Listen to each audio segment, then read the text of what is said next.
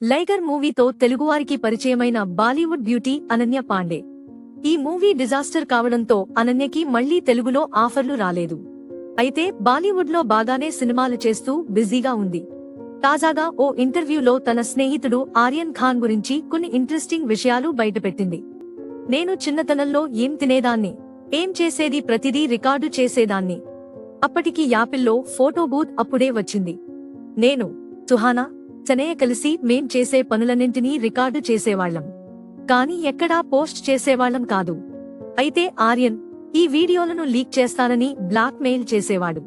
తనకి కావాల్సిన పనులను చేయించుకునేవాడు అంటూ సరదాగా చెప్పుకొచ్చింది హీరోయిన్ అనన్య పాండే.